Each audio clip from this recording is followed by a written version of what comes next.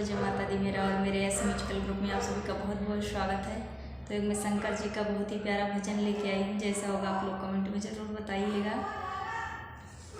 शंकर जी है महादानी, पूजा कैला है गौरा रानी। शंकर जी है महादानी, पूजा कैला है गौरा रानी। है गौरा रानी हमार महारानी, है गौरा रानी हमार महारानी। शंकर जी है महादानी, पूजा कैला है गौरा रानी।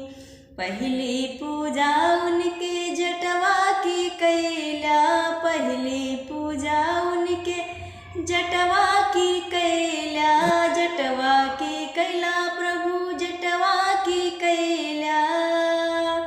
जहाँ बाटी गंगा निशानी, अरे जहाँ बाटी गंगा निशानी, पूजा कैला है गौरा रानी। जहाँ बाटी गंगा निशानी, पूजा कैला है गौरा रानी। शंकर जी है महादानी, पूजा कैला है गौरा रानी।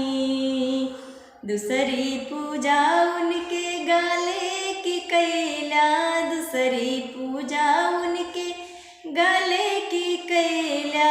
गले की कैला हो गले की कैला।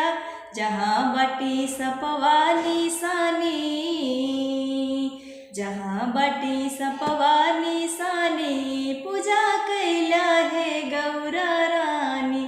जहाँ बाटी सपवा निशानी, पूजा कैला है गौरा रानी। शंकर जी है महादानी, पूजा कैला है गौरा रानी।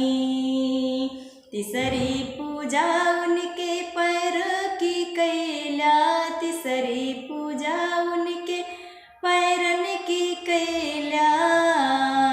जहाँ बाटी खड़ाऊँ निशानी, जहाँ बाटी खड़ाऊँ निशानी, पूजा कैला है गौरा रानी। शंकर जी